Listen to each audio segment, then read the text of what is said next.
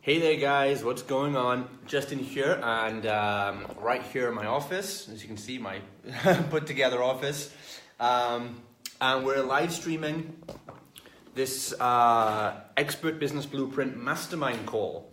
So I'm actually talking to people from two separate groups right now, which is quite fun. So, okay, so now we are starting up live. Got the computer right here. Okay, I'll kind of bring you guys in on it here a little bit. Okay, so this is the mastermind session we do with our clients in the Expert Business Blueprint program. So, you know, if you've considered doing this program or want to kind of see more about what we do, you'll find out a bit about what we do right now. I'm going to put this right in front of the laptop here so you can actually be really on the front line of as if you were doing this with us. All right, okay. So, all right, Expert Business Blueprint Masterminders. Okay, we've got a couple of you guys on the line so far. More will be dropping in shortly. Gonna stick this on record for you guys. Okay, so we have a few of you guys here tonight. We're doing this mastermind call tonight as a different day. Usually these calls are on Monday, but we're doing it tonight because we missed the last week because of Christmas. So hey there, Matt. Hey, Lane. Hey, JP. Hey, Anne. How you guys all doing tonight? So let's kick off, guys. What challenges do you guys here in the mastermind have this week, or what's in your mind this week from you know, it's a brand new year where we're getting off to the good start. What are you guys focused on going into the new year? Do you have any particular challenges, any goals, any questions at all? Let me know in the comments on Zoom right here. And if you want to take the microphone, if anyone wants to jump on the mic and talk to me one-to-one personally, now's your chance. Let me know in the comments and we'll open it up. Okay, so the guys get to chat to me. We're also dual streaming today, so I've also got my phone over here. We're live streaming to the free group. Those guys are kind of peeking in on our mastermind session tonight, which is pretty cool. So guys, comments. Who wants to take the microphone? Who wants to chat? What kind of questions do we have? Let me know in the comments. Okay. All right. So, as we know, guys, we just kicked off the new year, and the big thing we're focused on this year is really three things. So, to start scaling things up and get a proper business in place, there's going to be three main factors I want you guys to focus on. So someone asked earlier in the mastermind group about, you know, what to focus on this year. With all the different things that are out there, what do you focus on? So I suggest that you focus on three simple things. There's leadership, systems, and growth. All right? Leadership, systems, and growth. And for you guys just jumping on the line on the mastermind here, more of you guys are jumping on. Once again, let me know in the comments if you have a question, what challenge you want to help dealing with. And if you want to jump on the microphone, let me know there. Okay, so Anne dropped a question. Anne, do you want to jump on the microphone and chat? Let me know in the comments and I can open up the microphone for you. So while Anne is responding to that, again guys, leadership, systems, and growth. These are the three things you're going to focus on this year. Leadership is all about mindset, because getting from 0 to 6 figures it's largely a lot to do with what you do. Okay, you just build some systems, you build a little foundation, you create a program, you create a product, you set up some basic advertising, you make some content, you make some phone calls, you get out there. So what you do generally helps you get to that 5, 6, 7,000 a month mark. And this is what we call the validation stage. This is validating your product or service. You're trying it out and seeing if people will do it. The next phase though, going from kind of 5, 6K a month or even 6 figures up to $1 million business is more about who you are. It's about who you're being more than what you're doing. Because actually you want to do less. You want to work on the business, not in it. And as you remove yourself out of the company, if you want more freedom, if you want more scale, you want to stop being the bottleneck, then you've got to start looking at yourself and realizing who have you got to become to be that leader of the company. Because a lot of people struggle to get out of the business, or they try it and they fail. Thank you, honey. Thank you. And a lot of people either don't try at all, or they try to remove themselves and they fail.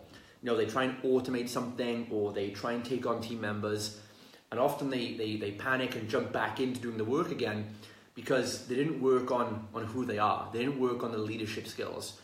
You can delegate tasks, but you can't delegate ultimate responsibility. We know that the team members you take on, they're not partners. They're not partners to help you do it. They're working for you, right? So you need to really be stronger emotionally than everyone in the company. They're the ones that look to you for guidance. So what happens is people will remove themselves from the work. They'll hire a coach. They'll put a professional in. They'll hire an admin person. And then they'll kind of just sit back and go, right, I've outsourced that so I can do nothing now. And it doesn't work like that, because those people need to be led. Your team need to be led. If you let them kind of just figure things out on their own, they're not going to do it because they're not as forward thinking as you, right? So that's leadership, okay? You've got to work on yourself, and we'll talk more about that in a bit.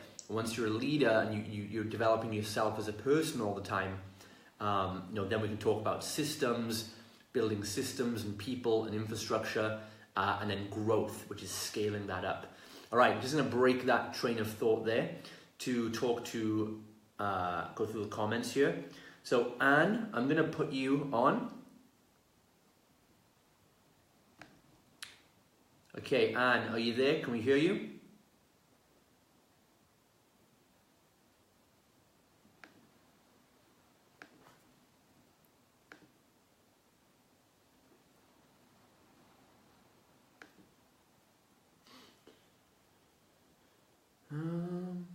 Okay.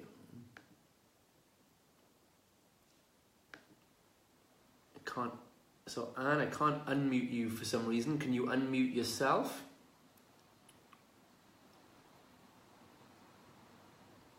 Can you hear me? Oh, there you go. Okay, I'm sorry. I'm walking outside to a meeting and it's like minus something, so my hands are frozen. Yeah, so I couldn't unmute myself. Oh, okay, great. So, okay, yeah, I had the question about Module 2, and actually since you started talking about leadership, I had another question on that as well. So, okay, so let's go to the first question. So what was the first thing? Well, I started with Module 2, and remember you showed the triangle with the 3-tiered system, and you said that we would have to have something for all selling options, so it's cheaper, something cheaper, and then something for the higher paid clients. And you referred a lot to coaching, which I think is great. I was just having trouble thinking of something that I could actually sell to my clients that would be cheaper and that they'd want to buy.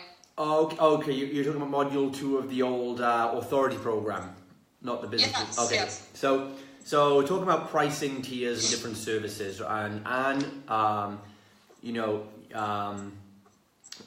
I mean, do you want to tell people quickly, so everyone listening to this, tell them quickly what you do, so everyone's on the same page, just in a couple of seconds? Yeah, sure. So I'm a manual osteopath, and obviously I treat people manually with their pain and so on. So the highest price point is for them to actually come in for an appointment. That's what we want to keep rolling. But I was trying to look at something, maybe lower that I could actually sell to clients that might get them interested in actually coming in as well. Okay, cool. So osteopathy, there you go, right? So, yes. So in an osteopathy business, then what could 3 levels of service be? Now, the simplest way to look at it is you just think of it as you have your main core product or offering, your main service, and then you have like a diet version, which would be a slightly reduced amount of access for a reduced amount of money. And then you have like a VIP or upsell version, which gives people an additional level of support, right? So it always starts with that baseline, the core standard program. So in osteopathy, it could be, and again, it's different when everyone has different appointments and comes different times.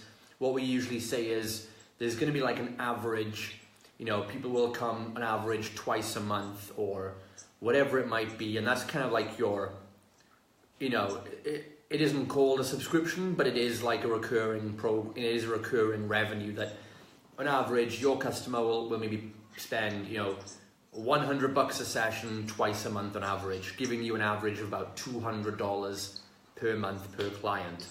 So that would be like your standardized thing. You might offer a 2-session a month or a 3-session a month package. And so that's the core element. So now we're looking at for a downsell for people that you present that to after they've been through your kind of trial or lead magnet or consultation. And if they say for any reason, either I don't want to pay that much, or I can't make those sessions, like I would love to, but I can't do that much. Do you have something else I can do? So rather than kind of turn that person away and say, no pal, it's 2 sessions a week or nothing, get lost, we want to give them something else. Or maybe it's something less remote. So I remember when I was running my gym, and my email list would somehow build from all around the island, and people would email me that were like 2 hours away, and just said like, I love your stuff, I love your content, I love your ads, but because back when I was advertising back then, you couldn't even target by town back then. That's how old school I am with advertising. So people 2 hours were getting my stuff, and some of them wanted help, but they couldn't travel that far. So I was like, okay, maybe I can help you with some email coaching, or we can hop on the phone once a month, or come into the studio once a month, or whatever it might be. So you can just be flexible and think of ways they can get some help for a reduced way. It could just be for you, it could be like just a once a month check-in, right? Or it could be something else. So it's not about thinking like info product or anything like that right now. You're not going to go and sell an ebook or anything. Okay. But it's just having something there that they can downsell to, or maybe it could be information based. It could be something like a little package which gives them home exercises and things like that. Yeah, I sent you something maybe along the line of like work stretches, because my clientele's downtown based, right? Sitting at the desk all day. Yeah. And so, selling that. But the thing is, we're kind of giving that to them after their appointment already. For free, and then I was like, oh man, okay, so I'm doing what you told us not to do, but we've been doing that forever, so yeah. I think that's something we have to change. It could even be something like you could offer, if you offered, let's say, a monthly workshop or something, like a seminar, paid workshop type of thing, it could be a downsell income stream, where you could do a bit of like kind of teaching people some stuff. There's so many options when you think outside the box and stop thinking like a chiropractor and or an osteopath, sorry, and start thinking like what other industries might do.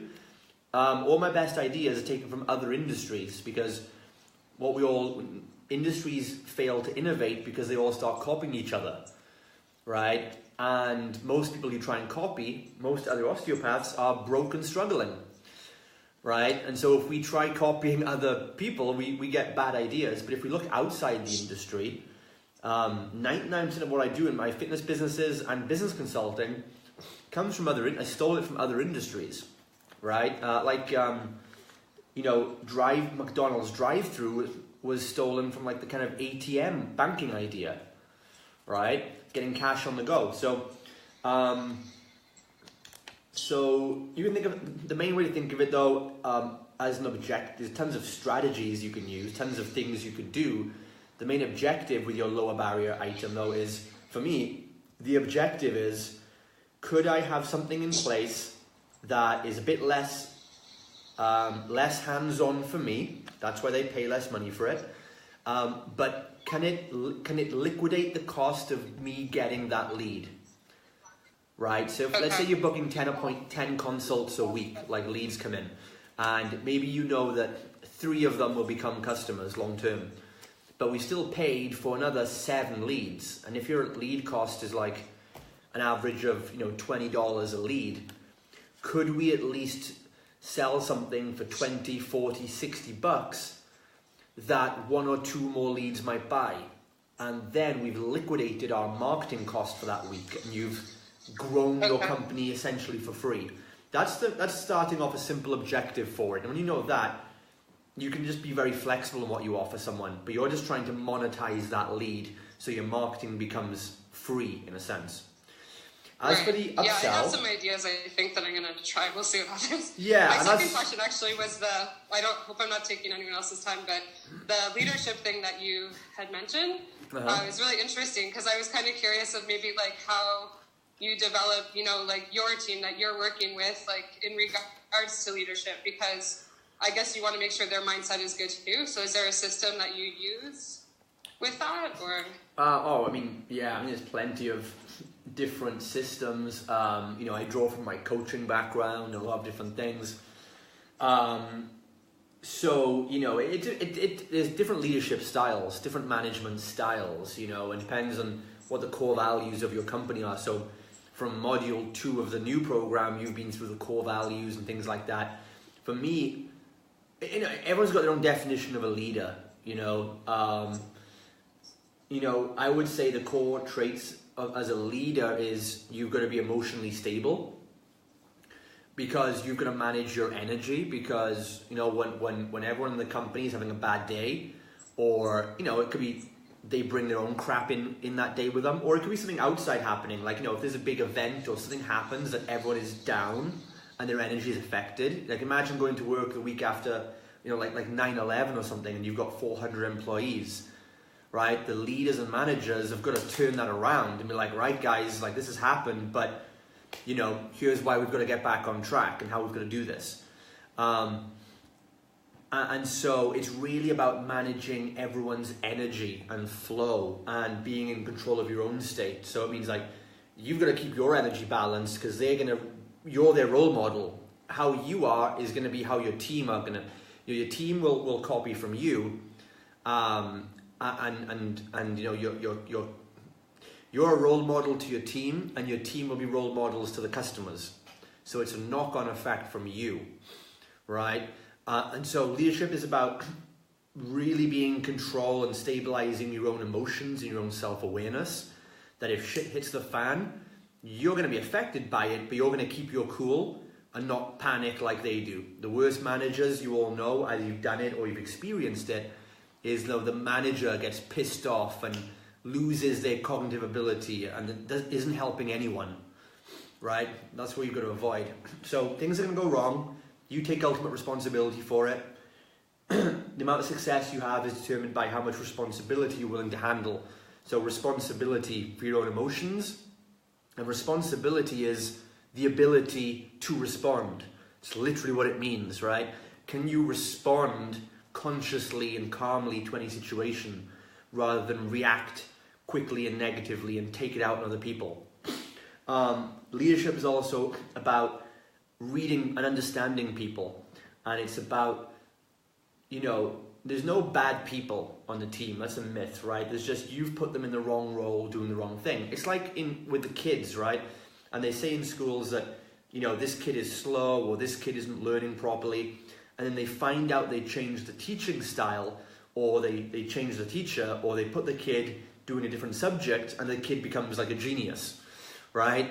It's because there's no bad people, there's no slow people, there's only things people are naturally awesome at and things we naturally suck at.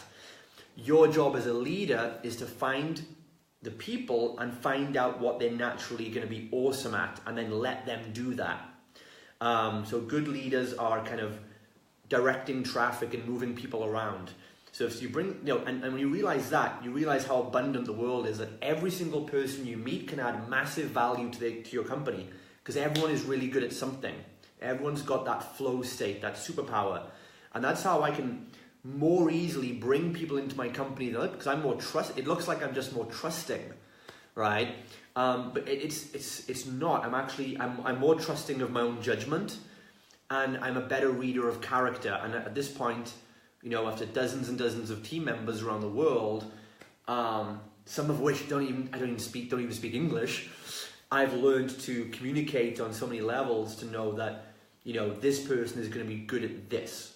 And even if they don't know, right? They might come in, I want to be a copywriter. And I'm like, you're going to suck at copywriting. You'll be really good at, I don't know, ads management or something. And they excel in that. So that's another thing of leadership, is understanding your people, understanding your assets, and making the most with what you've got. So, leadership, I could go on for like 4 days on leadership. But that's two main things: responsibility for your emotions and guiding your team, and just understanding your team, getting to know them, and if they're failing at something, find out why and take responsibility. Maybe first you've put them in the wrong role, or there's something they'll be better at. And when you learn that, then everyone becomes more resourceful to you. Does that help? Okay. So I think Anne's muted again. Okay, but anyway, we'll move on to the next question. So hopefully that helps you guys out with some leadership qualities. Okay, gonna look for a couple more questions. All right, so we've got a question from Brian in the program here. Well done to Brian. Brian actually kicked ass this week. He kicked off the new year, and he's in the the mindset, self-help space, and he put an article out there, and it's going to be published by addictedtosuccess.com very quickly. So. Well done for that, Brian. Now, Brian says the strategy that you shared about growing your pixel audience instead of an email list is kind of messing with my mind, right? Now, again, this is where you gotta stop looking at black and white terms. I didn't say we grow a pixel audience instead of an email list. I said we prioritize it over an email list, right? We grow both. He says, I'm having trouble visualizing how to do this, especially as a newbie with little to no audience. Seems like I need to keep running ads to cold audience till I create a big enough base. And you've pretty much got it in one, Brian, okay? Basically, to capitalize on this pretty quickly, we're focused, so we talked about leadership, right? We've talked a little about systems, now we're talking about growth. And so growth, the way things are moving, and I talked about this in a live stream earlier, and I also made a post about it in the free group for you guys. And what I'm focusing on this year is really pixel audience building, primarily video views, because now it's far, far cheaper to, the cost of getting an email address from your marketing, getting a click from a Facebook ad or a Google ad or a YouTube ad to go to your website and then opt in, the costs are going up tremendously. They have been going up for a long time. And I've been telling people this, I've been saying for so many years, you've got to start, building pixel audiences. I started building my pixel audience, back in 2013, right? Before most of today's Facebook ad experts had even seen a real advert before. I was building custom audiences because I could tell this was the future. Because with a pixel audience, you can collect the people who viewed your video. You can't see exactly who they are or whatever it is, but it doesn't matter. We're focusing heavily on pixel audience because it's so much cheaper. An average cost to get an email is going to be between $3 and $8 for most industries by the end of this year, if not more than that, right? $3 to $8 for an email address. However, a pixel audience, to get someone to view 20 seconds or 30 or a couple of minutes of a video, they don't opt in, but they can watch a video with a Facebook ad or something, is significantly less, like under $1, probably, right? To get a 3 to 10 second video view can cost 1 cent or less. So at the end of the day, an audience is an audience, right? As long as you can capture what that audience person did, so we know what they're interested in, and we can retarget them and follow up with a new message, that's a good audience. Because that's all email list building does, right? Why do we build email lists? Because an email opt-in says, it's a behavioral indicator to say, I am interested in this free report or this webinar or whatever it might be. So we know, this person on this list likes this stuff. And we can also then send them a follow-up email which says, here's more of that stuff and some stuff you can buy, right? It's what it is, being real, okay? So a pixel audience does exactly the same thing now. We can have people watch your videos on Facebook, live streams or whatever it might be. We can see, obviously we know what they're interested in because the video has a title, so we know they're interested in that topic. But we can also tell how long they've watched for. We can tell where they stopped watching the video. Then using the audience insights from Facebook, you can find out all the demographics of that audience. So if 10,000 people watched your video, Facebook can tell you where they were from, what their age ranges are, where they watched the video, like was it on their mobile or their desktop. And when your audience grows big enough, you can then plug that into audience insights, and Facebook is going to tell you what pages they like, what organizations they follow, what public figures they follow, and then your paid advertising can target those interests and get even more targeted people watching your videos. So you build an audience, you get all this data, and you can use that to get even cheaper viewers building up. All right, and that's simply what we've done. To take one of my clients who had a live stream with an average of 2,000 daily viewers organically a few months ago, and then myself and Mike, my Facebook manager, we started working with them, repurposed their content, put the ad strategy in place, and now 5 months later, they've gone from 2,000 views a day up to an average of 30,000 views a day, just by doing what I just told you, pretty much, right? And so, and we haven't even launched an email capture for these guys yet. That's to come this week. We've taken them from 2,000 live stream viewers to 30,000 with a budget of probably less than $1,000 a month on ad spend. And we've done that. And now we're going to start capturing email addresses. So what I'm saying is, Brian, that if you are on a smaller budget anyway, it helps to start making more video content, putting it out there, and track and looking at the audience of video viewers you're building. And then to capture the emails, you retarget those viewers. So you get 20,000 people watching your video, which is ultra cheap on Facebook, like under $0.01 to get each person on there. And then you can do a follow-up advert that targets only those people that are most into your videos, and it offers them the chance to come forward and enter your funnel and give you the email address or subscribe to your webinar or whatever it might be. So that would reduce the cost of your email collection by a long shot.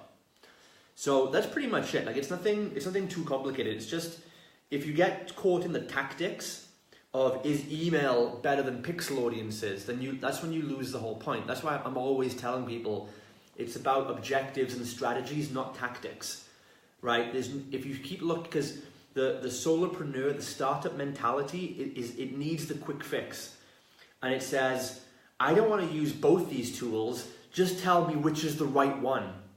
And there is no right one. It's like, what's the best exercise to tone my arms?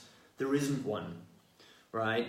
It's like if I came back to you as a mindset coach and said, Brian, I really want to develop myself spiritually. What's the best meditation for me to do? Is this meditation better than this meditation? Is this gratitude journal better than this gratitude journal? And you're going to say, well, try them both out. They both have different purposes. As long as you use one of them and you just remember to journal or you remember to meditate and you remember the objective of meditation, you're going to get results and you get momentum. So that's the difference with that. Okay, so there's no versus, there's no if or that, there's no black and white, right? You use all the tools. Okay, solopreneurs want one tool because they want to be a specialist. They want a hammer, right? I'm an entrepreneur. I want a freaking toolbox. So I'll use everything. I'm going to build my pixel audiences. I'm going to build my email list. I'm going to build my YouTube subscribers. But I'm only going to do as much as I can do with the budget and the time and the resources that I have. And then I will add more and more. Okay, guys. So got time for one more question, one more challenge. How are the rest of you guys doing here right now? Let me know if anyone else has any questions. And I'll tell you what I'll do, guys, to give you guys, we've got some viewers here in the free group. I'm going to give you guys a chance as well. If you guys want to submit a question here on the Facebook thread, drop a question right there. And if we get some good questions, I will answer one of yours live on the call as well. Give you guys some extra value. Right, so waiting for the first question to come in. Will it be from the Mastermind students, or will the question come from you guys in the free group? Let's check it out.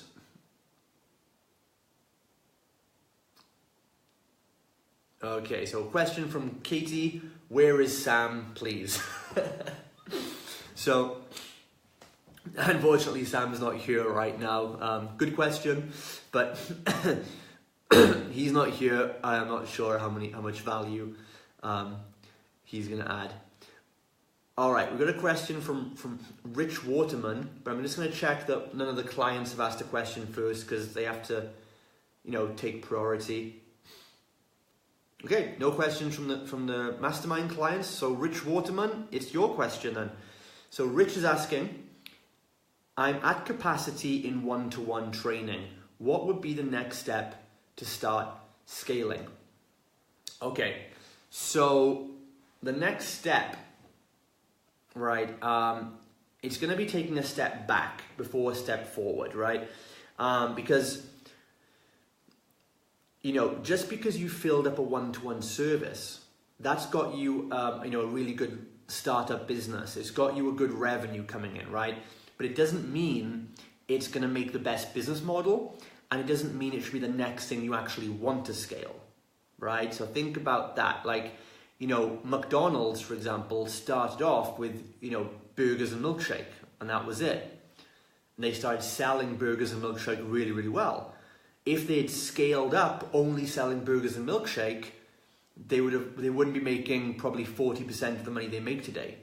So what you've got to realize here, Rich, is it's not the one-to-one thing that needs scaling. It's your methodology, right? So you've clearly, if you're at full capacity, it means doing well, people like it, you've validated the program, but it's not necessarily the one-to-one, it's your syllabus, it's your methodology. So that's what you need to systemize, and then you can learn to sell that in multiple formats. So take whatever it is you teach your clients, think of the top kind of 3 to 5 main core principles it's based on, and then make sure you have documented the actual syllabus. Like, what would you take a client through on module number 1 or step 1? What's the second most important thing? What's the third most important thing? And I would advise you to actually create it as if it was like an online course. I'm not saying you're going to sell an online course, but you want to create it as it was. Make 3 to 5 core modules.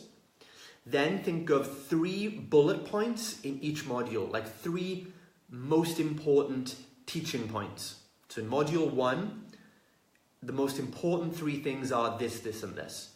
The second pillar of my program is this. So this, this, this. And once you have those, and make some videos, okay? Make 3 10-minute videos on each of those little topics, and then you have you have a documented syllabus on course. Now, the reason we do this is that yes, you can sell it. You do have now a scalable income stream if that's what suits your model. But more importantly, you've now got a training system to bring on other coaches if that's what you want to do. So, I'm not sure of the nature of your work exactly, but it doesn't matter what it is. If it's chiropractic, osteopath, fitness training, dog walking, it doesn't matter what it is. Once you have the syllabus out of your head, onto a document like a video, you can then go out there and start looking for coaches if you want. You can take on an apprentice who has to go through your videos to understand this is the way you do things with your clients. And then you can start looking at, what model makes sense to scale in your business. It could be a group coaching program. It could be a product, like a scalable product or online course or membership site. It could even be one-to-one. You can scale up one-to-one, right? You just need more one-to-one coaches. But that model usually only works with ultra high-end clients. So I know people that have scaled all three of those things.